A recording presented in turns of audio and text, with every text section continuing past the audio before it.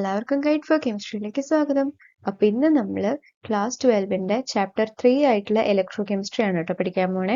അപ്പൊ അതിൽ നമുക്ക് കുറച്ച് ടോപ്പിക്സ് കവർ ചെയ്യാനുണ്ട്. ആദ്യം തന്നെ ഇൻട്രൊഡക്ഷൻ നോക്കണം. രണ്ടാമതായിട്ട് നമുക്ക് ഇലക്ട്രോ കെമിക്കൽ സെല്ല് എന്താണെന്ന് മനസ്സിലാക്കണം. അതിനെ ഗാൽവാനിക് സെൽ എന്നും കൂടി പറയും. പിന്നെ കോൾറോഷസ് ലോ എന്താണെന്ന് മനസ്സിലാക്കണം. പിന്നെ electrode potential, batteries, fuel cell, corrosion, പിന്നെ നമ്മുടെ ഇലക്ട്രോലിറ്റിക് സെൽ ആൻഡ് ഇലക്ട്രോളിസിസ്. ഇത്രയും കാര്യങ്ങളാണ്, 8 ടോപ്പിക്സ് ആണ് നമുക്ക് പഠിക്കാനുള്ളത്. അപ്പൊ ആദ്യം നമുക്ക് എന്ത് ചെയ്യാം, കുറച്ച് ബേസിക്സ് മനസ്സിലാക്കാം. അപ്പൊ ഇലക്ട്രോ കെമിസ്ട്രി പറഞ്ഞാൽ എന്താണ്, അതാദ്യം മനസ്സിലാക്കാം. ഇലക്ട്രോ കെമിസ്ട്രി എന്ന് പറഞ്ഞു കഴിഞ്ഞാൽ എനർജീസിന്റെ ഇന്റർ കൺവേർഷൻ, ഓക്കെ, അതായത് എനർജി അങ്ങോട്ടും ഇങ്ങോട്ടും മാറുന്നതിനെ പറ്റിയിട്ട് പഠിക്കുന്നതിനെയാണ്, അതിന്റെ ബ്രാഞ്ച് ഓഫ് കെമിസ്ട്രീനെയാണ് എന്ത് പറയാ, electrochemistry.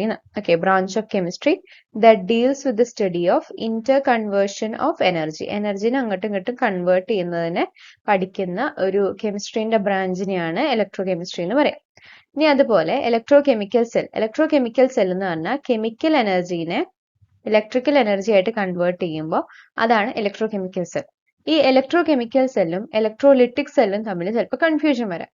അതെങ്ങനെ ഒഴിവാക്കുക എന്ന് വെച്ചാൽ, ഇലക്ട്രോകെമിക്കൽ സെൽ എന്താണ്, അത് കെമിക്കൽ എന്നുള്ളൊരു വാക്കുന്നാണ് തുടങ്ങുന്നത് അല്ലെ, ഇലക്ട്രോ കെമിക്കൽ സെൽ എന്നാണ്. അപ്പോൾ നമുക്ക് എന്ത് ചെയ്യാം, കെമിക്കൽ എനർജി എന്നാണ് തുടങ്ങുന്നതെന്നുള്ളത് ആലോചിക്കാം. കെമിക്കൽ എനർജീനെ ഒരു ഇലക്ട്രിക്കൽ എനർജി ആയിട്ട് കൺവേർട്ട് ചെയ്ത് കഴിഞ്ഞാൽ അത് ഇലക്ട്രോ കെമിക്കൽ സെല്ലും, അതിന്റെ ഓപ്പോസിറ്റ് എന്താണോ, അതായത് ഇലക്ട്രിക്കൽ എനർജീനെ കെമിക്കൽ എനർജി ആയിട്ട് കൺവേർട്ട് ചെയ്യുകയാണെങ്കിൽ അതാണ് ഇലക്ട്രോലിറ്റിക് സെൽ.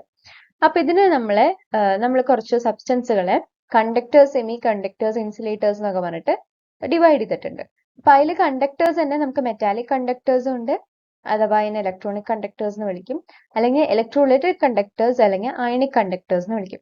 അപ്പൊ ഇവർ രണ്ടുപേരും തമ്മിലുള്ള ഡിഫറൻസ് നോക്കാം. ഇതൊക്കെ വളരെ ബേസിക് ആയിട്ടുള്ള കാര്യമാണ്, അതാണ് ജസ്റ്റ് ഞാൻ പറഞ്ഞു പോകുന്നത്. ഓക്കെ, ഇപ്പൊ മെറ്റാലിക് കണ്ടക്ടേഴ്സ് പറഞ്ഞു കഴിഞ്ഞാല് നമുക്ക് അവിടെ കണ്ടക്ഷൻ നടക്കാൻ കാരണം ഇലക്ട്രോൺസിന്റെ മൂവ്മെന്റ് കാരണമാണ്. ഇലക്ട്രോൺസ് മൂവ് ചെയ്യണോണ്ടാണ് അവിടെ കണ്ടക്ഷൻ നടക്കുന്നത്. ഇനി ഇലക്ട്രോലൈറ്റിക് കണ്ടക്ടേഴ്സ് നോക്കുകയാണെങ്കിൽ അവിടെ കണ്ടക്ഷൻ നടക്കുന്നത് അയോൺസിന്റെ മൂവ്മെന്റ് കാരണം തന്നെയാണ്. പക്ഷെ അത് ആ മൂവ്മെന്റ് നടക്കുക ഒന്നല്ലെങ്കിൽ മോൾട്ടൻ സ്റ്റേറ്റിൽ അല്ലെങ്കിൽ എക്വസ് സൊല്യൂഷനിൽ, അതായത് വാട്ടറിന്റെ പ്രസൻസ് ഉണ്ടെങ്കിൽ മാത്രമേ, അല്ലെങ്കിൽ മോൾട്ടൻ അവസ്ഥയിൽ മാത്രമേ എന്ത് നടക്കുള്ളൂ, അയോൺസിന്റെ മൂവ്മെന്റ് നടക്കുള്ളൂ. അങ്ങനത്തെ ടൈപ്പ് ഓഫ് കണ്ടക്ഷൻ ആണ് ഇലക്ട്രോലൈറ്റിക് കണ്ടക്ഷൻ. അതിന് എന്തിന്റെ ആവശ്യമുണ്ട്, ഒരു എക്വസ് മീഡിയത്തിന്റെ ആവശ്യം വരും. ഇവിടെ അങ്ങനെയൊന്നുമില്ല. പിന്നെ നമുക്കിവിടെ മെറ്റാലിക് കണ്ടക്ടേഴ്സ് ആണെങ്കിൽ കെമിക്കൽ ചേഞ്ച് ഒന്നും തന്നെ നടക്കുന്നില്ല. മെറ്റാലിക് കണ്ടക്ടേഴ്സിൽ കെമിക്കൽ ചേഞ്ചസ് നടക്കില്ല. എന്നാൽ ഇലക്ട്രോലൈറ്റിക് കണ്ടക്ടേഴ്സ് ആണെങ്കിലോ കെമിക്കൽ ചേഞ്ചസ് നടക്കും, അതായത് ഇലക്ട്രോലൈറ്റ്സ് ഡീകമ്പോസ്ഡ് ആവുന്നുണ്ട്. ഓക്കെ, കെമിക്കൽ ചേഞ്ചസ് നടക്കുന്നുണ്ട്. ഇതാണ് മെയിൻ രണ്ട് എക്സാമ്പിൾ. ഇനി ഇതിനെ എഫക്ട് ചെയ്യുന്ന ഫാക്ടേഴ്സ് എന്തൊക്കെയാണെന്നുള്ളത് നോക്കാം. മെറ്റാലിക് കണ്ടക്ടേഴ്സിനെ എഫക്ട് ചെയ്യുന്ന ഫാക്ടേഴ്സ് എന്ന് പറഞ്ഞാൽ, ഒന്ന് മെറ്റൽസിന്റെ, മെറ്റാലിക് കണ്ടക്ടേഴ്സിനാണല്ലോ, അപ്പൊ മെറ്റൽസ് ഉണ്ടാവും. അപ്പൊ ആ മെറ്റൽസിന്റെ നേച്ചറും സ്ട്രക്ചറും, പിന്നെ പെർ ആറ്റം എത്ര നമ്പർ ഓഫ് വാലൻസ് ഇലക്ട്രോൺസ് ഉണ്ട്, ഇലക്ട്രോൺസ് മൂവ് ചെയ്യാണല്ലോ, സോ എന്തായാലും ഇലക്ട്രോൺസിന്റെ എണ്ണം നമുക്ക് അറിയണം. അപ്പൊ number of വാലൻസ് electrons per atom, ഓരോ ആറ്റത്തിലായിട്ട് എത്ര നമ്പർ ഓഫ് വാലൻസ് ഇലക്ട്രോൺസ് ഉണ്ട്. പിന്നെ ടെമ്പറേച്ചർ, കാരണം ടെമ്പറേച്ചർ കൂടുന്നതിനനുസരിച്ച് എന്തുണ്ടാവും, കണ്ടക്ഷൻ കുറയും. കാരണം എന്താ, ടെമ്പറേച്ചർ കൂടുമ്പോൾ റെസിസ്റ്റൻസ് കൂടും അല്ലെ, ടെമ്പറേച്ചർ കൂടിക്കൊണ്ടിരിക്കുകയാണ്, അപ്പൊ അവർക്ക് മൂവ് ചെയ്യാനുള്ള ഒരു കേപ്പബിലിറ്റി കുറയാണ്, അപ്പൊ റെസിസ്റ്റൻസ് കൂടും, അപ്പൊ കണ്ടക്ഷൻ കുറയും. അതായത് resistance is the opposition to movement അല്ലെ, മൂവ് ചെയ്യാനുള്ള എബിലിറ്റിനെ തടയുന്ന ഒരു ഫിനോമിനയാണ് റെസിസ്റ്റൻസ് എന്ന് പറഞ്ഞു കഴിഞ്ഞാൽ. അപ്പൊ ആ തടയൽ കൂടിക്കഴിഞ്ഞാൽ എന്തുണ്ടാവും, മൂവ് ചെയ്യില്ല, ഇലക്ട്രോൺസ് അങ്ങോട്ടും ഇങ്ങോട്ടും മൂവ് ചെയ്യില്ല, അപ്പൊ അങ്ങനെ കണ്ടക്ഷൻ കുറയും. ഓക്കെ, ക്ലിയർ ആയി വിചാരിക്കണം. ഇനി അതുപോലെ തന്നെ നമ്മുടെ ഇലക്ട്രോലൈറ്റിക് കണ്ടക്ഷൻ എഫക്ട് ചെയ്യുന്ന ഫാക്ടേഴ്സ് എന്ന് പറഞ്ഞാൽ, ഒന്ന് എന്തായിരിക്കും, ഇലക്ട്രോലൈറ്റിന്റെ നേച്ചർ, അതിന്റെ കോൺസെൻട്രേഷൻ. ഇവിടെ നമ്മൾ മെറ്റൽസിനെ പറഞ്ഞ പോലെ ഇവിടെ ഇലക്ട്രോലൈറ്റിന്റെ നേച്ചറും അതിന്റെ കോൺസെൻട്രേഷനും.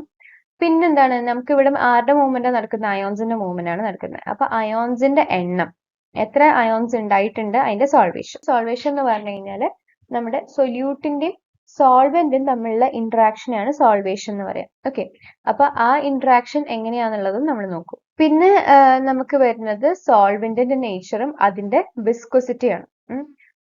സോൾവെന്റ് എന്ത് ടൈപ്പ് സോൾവെന്റ് ഞാൻ പറഞ്ഞുവല്ലോ, ഇത് നടക്കുന്നത് ഒരു എക്വസ് മീഡിയത്തിലാണ്. അപ്പൊ ആ മീഡിയം, ആ സോൾവെന്റിന്റെ നേച്ചർ എന്താണ്, അതിന്റെ വിസ്കോസിറ്റി എന്താണ്, അതായത് എത്ര കൊണ്ട് അത്, വിസ്കോസിറ്റി പറഞ്ഞാൽ എന്താണ്, ഇപ്പൊ വിസ്കോസിറ്റി കൂടിയ ഒരു സംഭവമാണ് ഹണി എന്ന് പറയുന്നത്. ഹണി നമ്മൾക്ക് അത്രയ്ക്കും എന്താ ഒഴുക്കില്ല അല്ലെ, ഒരു പിടിക്കുമ്പോൾ ഒരു എന്താ പറയാ, ഒരു ഒട്ടുന്ന ടൈപ്പാണ് അല്ലെ. പക്ഷെ അത് മറിച്ച് അതിനെ കമ്പയർ ചെയ്തിട്ട് നമ്മൾ വെള്ളം എടുത്തു കഴിഞ്ഞാൽ കുറച്ചും കൂടി സ്മൂത്ത് ആണ് ഫ്ലോ അല്ലെ. ഹണി കുറച്ചും കൂടി സ്റ്റിക്കിയാണ്. അതാണ് വിസ്കോസിറ്റി എന്ന് പറഞ്ഞാൽ. അപ്പം വിസ്കസ് ആണോ നോക്കും. ഇപ്പൊ വിസ്കസ് വല്ലാണ്ടാണെങ്കിൽ എന്താണ്, മൂവ്മെന്റ് പോസിബിൾ അല്ല. അപ്പോ കണ്ടക്ടൻസ് കുറയും. ഓക്കെ, അങ്ങനെ. പിന്നെ ടെമ്പറേച്ചർ ആസ് യൂഷ്വൽ. ഇവിടെ സോറി, ടെമ്പറേച്ചറിന്റെ സ്പെല്ലിംഗ് കുറച്ച് തെറ്റുണ്ട്. അപ്പോ എന്താണ് ടെമ്പറേച്ചർ കൂടി കഴിഞ്ഞു കഴിഞ്ഞാൽ കണ്ടക്ഷൻ കൂടും ഈ ഒരു കേസിൽ. കാരണം എന്താ, ടെമ്പറേച്ചർ കൂടി കഴിഞ്ഞാൽ അയോൺസ് അങ്ങോട്ടും ഇങ്ങോട്ടും മൂവ് ചെയ്യാൻ തുടങ്ങും. അപ്പൊ അങ്ങോട്ടും ഇങ്ങോട്ടും മൂവ് ചെയ്ത് കഴിഞ്ഞാൽ എന്തുണ്ടാവും, ഓബിയസ്ലി എന്തുണ്ടാവും, കണ്ടക്ഷൻ കൂടും ആണല്ലോ. അപ്പൊ അതാണ് ഇവിടെ ഇലക്ട്രോലൈറ്റിക് കണ്ടക്ഷനിൽ പറയാനുള്ളത്. അപ്പൊ റെസിസ്റ്റൻസും കണ്ടക്ടൻസ് ആൻഡ് കണ്ടക്ടിവിറ്റി, ഇനി ഇതാണ് അടുത്ത ടോപ്പിക് നമുക്ക് പഠിക്കാനുള്ളത്. അപ്പം റെസിസ്റ്റൻസിനെ റെപ്രസെന്റ് ചെയ്യുന്ന ലെറ്റർ ആണ് കേട്ടോ ക്യാപിറ്റൽ ലെറ്റർ R.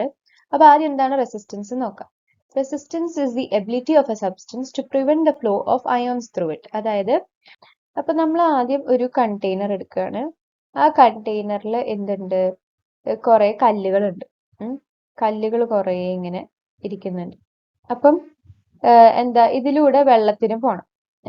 വെള്ളത്തിന് പോകുമ്പോ എന്തുണ്ടാവും, ഇതിങ്ങനെ പോവുകയാണെങ്കിൽ ഇവിടെ തട്ടും അല്ലെ.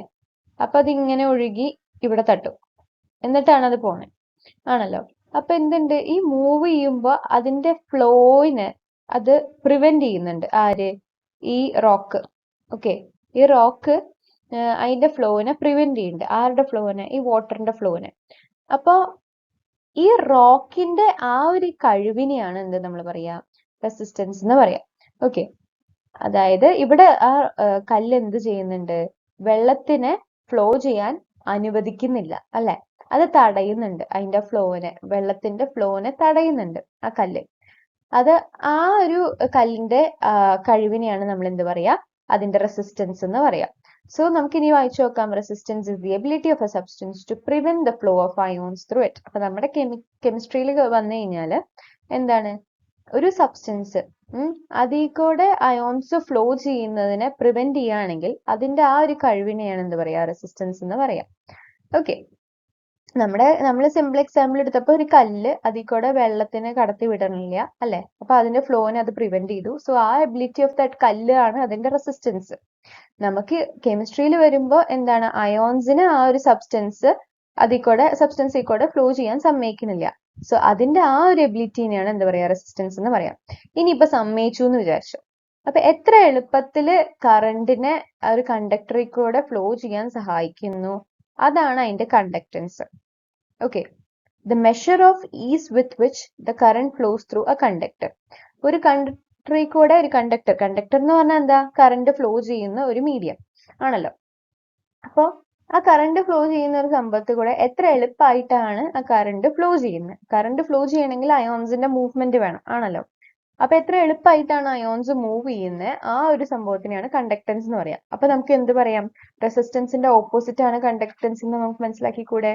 ഓക്കെ, അപ്പൊ നമുക്കിനി നമ്മുടെ ഇക്വേഷൻസിലേക്ക് വരാം. അപ്പൊ റെസിസ്റ്റൻസിനെ കാണിക്കുന്ന ഒരു ടേം ആണ് ക്യാപിറ്റൽ ലെറ്റർ R എന്ന് പറഞ്ഞു കഴിഞ്ഞാൽ. So that is proportional to length by area. Okay, L/A. R directly proportional to length and it is inversely proportional to area. ഇനി പ്രൊപ്പോർഷണാലിറ്റി സൈൻ മാറ്റി നമുക്ക് ഈക്വൽ ടു കൊണ്ട് ഒരു കോൺസ്റ്റന്റ് കൂടി കൊണ്ടുവരണം. So R is equal to rho into L/A. ഈ raw എന്ന് പറയുന്നതാണ് കോൺസ്റ്റന്റ്. ആ റോ എന്താണ്, സ്പെസിഫിക് റെസിസ്റ്റൻസ് അല്ലെങ്കിൽ റെസിസ്റ്റിവിറ്റി എന്ന് പറയും. റെസിസ്റ്റൻസിന്റെ ഒരു കോൺസ്റ്റന്റ് ആയ കാരണം സ്പെസിഫിക് റെസിസ്റ്റൻസ് എന്ന് പറയാം, അല്ലെങ്കിൽ നമുക്ക് അതിനെ എന്ത് വിളിക്കാം, റെസിസ്റ്റിവിറ്റി എന്ന് വിളിക്കാം. അപ്പൊ റോന്റെ ഇക്വേഷൻ എഴുതാൻ പറഞ്ഞാൽ നമുക്ക് എങ്ങനെ എഴുതാം, RA/L. ഈ റോനെ ഇവിടെ വെച്ചിട്ട് എനെ അങ്ങോട്ട് കൊണ്ടുപോയി കഴിഞ്ഞാൽ ന്യൂമറേറ്ററിൽ വരും, L ഡിനോമിനേറ്ററിൽ വരും. സോ RA/L എന്ന് കിട്ടി. ഇനി ഈ നമ്മൾ പറഞ്ഞല്ലോ റെസിസ്റ്റൻസും കണ്ടക്ടൻസും ഇൻവേഴ്സ്ലി പ്രൊപ്പോർഷണൽ ആണെന്ന്, ലൈക്ക് ഓപ്പോസിറ്റ് ആണെന്ന്. അപ്പൊ റെസിസ്റ്റൻസ് എന്താണോ അതിന്റെ ഉൾട്ടയാവില്ലേ കണ്ടക്ടൻസ്. അപ്പൊ കണ്ടക്ടൻസിനെ റെപ്രസെന്റ് ചെയ്യുന്ന ലെറ്റർ ആണ് C. അപ്പൊ ആ capital letter C is equal to 1/R എന്ന് നമുക്ക് എഴുതിക്കൂടെ. ഓക്കെ, അങ്ങനെയാണെങ്കിൽ നമ്മുടെ കണ്ടക്ടൻസിന് ഒരു കോൺസ്റ്റന്റ് വരികയാണെങ്കിൽ ആ കോൺസ്റ്റന്റിനെയാണ് നമ്മൾ ക്യാപിറ്റൽ ലെറ്റർ K കൊണ്ട് ഡിനോട്ട് ചെയ്യുക. ഓക്കെ, ആ ക്യാപിറ്റൽ ലെറ്റർ Kനെ നമുക്ക് എന്ത് വിളിക്കാം, 1/ρ എന്ന് വിളിച്ചൂടെ. നമ്മൾ പറഞ്ഞു റെസിസ്റ്റൻസിന്റെ ഓപ്പോസിറ്റ് ആണ് കണ്ടക്ടൻസ്. അങ്ങനെയാണെങ്കിൽ റെസിസ്റ്റൻസിന്റെ കോൺസ്റ്റന്റിന് ഓപ്പോസിറ്റ് ആയിരിക്കും നമ്മുടെ കണ്ടക്ടൻസിന്റെ കോൺസ്റ്റന്റ് അല്ലെ, പ്രൊപ്പോർഷണാലിറ്റി കോൺസ്റ്റന്റ്. അപ്പൊ നമ്മുടെ കണ്ടക്ടൻസിന്റെ പ്രൊപ്പോർഷണാലിറ്റി കോൺസ്റ്റന്റ് കെ ആണെങ്കിൽ ആ capital K is equal to 1 by റെസിസ്റ്റൻസിന്റെ കോൺസ്റ്റന്റ് ആയ റോ എന്നിട്ടൂടെ. ഓക്കെ, അപ്പൊ അങ്ങനെയാണെങ്കിൽ ഈ റോയ്ക്ക് പകരം നമുക്ക് അറിയാം RA/L ആണെന്ന് അറിയാം. അപ്പൊ അത് കൊണ്ടിട്ടൂടെ. അപ്പൊ K is equal to 1 by RA/L ആയില്ലേ. ഇനി നമുക്ക് ഈ എല്ലിനെ മുകളിലേക്ക് കൊണ്ടുകൂടെ. ഡിനോമിനേറ്ററിന്റെ ഡിനോമിനേറ്റർ വന്നു കഴിഞ്ഞാൽ അത് ന്യൂമറേറ്റർ ആവില്ലേ.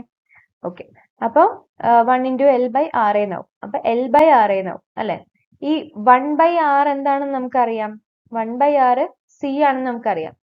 അപ്പൊ അങ്ങനെ കെയും സിയും തമ്മിലുള്ള റിലേഷൻ വന്നില്ലേ. K is equal to C into L by A. കിട്ടിയോ? അല്ലെങ്കിൽ നമുക്ക് സിമ്പിൾ ആയിട്ട് എന്ത് ചെയ്യാം, C is equal to 1 by R എന്നറിയാം അല്ലെ. R നമുക്ക് എങ്ങനെയാണെന്ന് അറിയാം, റോ ഇൻറ്റു LA ആണെന്ന് അറിയാം. അതുകൊണ്ട് സബ്സ്റ്റിറ്റ്യൂട്ട് ചെയ്യാം. അപ്പൊ 1 by റോ വരും. ആ 1 by റോയ്ക്ക് പകരം നമ്മൾ എന്ത് ചെയ്യുക, ക്യാപിറ്റൽ ലെറ്റർ K കൊടുക്കുക. ഇപ്പൊ നമുക്ക് അങ്ങനെ രണ്ട് ഇക്വേഷൻസ് കിട്ടി. K is equal to C into L by A എന്നും K is equal to 1 by raw എന്നും കിട്ടി. അപ്പൊ കെയും റോയും തമ്മിലുള്ള റിലേഷൻ കിട്ടി, സിയും ആറും തമ്മിലുള്ള റിലേഷൻ കിട്ടി, കെയും സിയും തമ്മിലുള്ള റിലേഷൻ കിട്ടി അല്ലെ. എല്ലാവരുമായിട്ടുള്ള അങ്ങോട്ടും ഇങ്ങോട്ടും ഇന്റർ റിലേഷൻസ് എല്ലാം കിട്ടി. ഇത് വളരെ ഇമ്പോർട്ടന്റ് ആണ്, സിമ്പിൾ ആണ്, ആലോചിച്ച് വെക്കാം. ഓക്കെ, ഇനി ഈ L by A എന്ന് പറയുന്നുണ്ടല്ലോ, അതൊരു കോൺസ്റ്റന്റ് ആണ്. അതൊരു സെല്ലിന്, ഒരു പെർട്ടിക്കുലർ സെല്ല് നമ്മൾ എടുത്തു കഴിഞ്ഞാൽ അതെപ്പോഴും ഒരു കോൺസ്റ്റന്റ് ആയിട്ടാണ് നിൽക്കുക. ആ ഒരു സെല്ലാണെങ്കിൽ എപ്പോഴും അത് തന്നെയായിരിക്കും L by A ന്റെ വാല്യൂ. അപ്പൊ അതിന് എന്ത് പറയാം, സെൽ കോൺസ്റ്റന്റ് എന്ന് വിളിക്കാം. ഓക്കെ, സെന്റിമീറ്റർ ഇൻവേഴ്സ് ആണ് യൂണിറ്റ് വരുന്നത്. എന്തുകൊണ്ടായിരിക്കും അത് കോൺസ്റ്റന്റ് ആയിട്ടുണ്ടാവുക? കാരണം ആ സെല്ലിന്റെ ലെങ്ത്തും അതിന്റെ ഏരിയയും വിൽ ബി ഓൾവേസ് സെയിം അല്ലെ, നോ മാറ്റർ വാട്ട് ഹാപ്പൻസ്. അപ്പോൾ അതുകൊണ്ടാണ് അത് ഒരു പെർട്ടിക്കുലർ സെല്ലിന് അത് കോൺസ്റ്റന്റ് ആവുന്നതും അങ്ങനെ സെല്ലിന്റെ ഒരു കോൺസ്റ്റന്റ് ആയ കാരണം സെൽ കോൺസ്റ്റന്റ് എന്ന് വിളിക്കുന്നതും.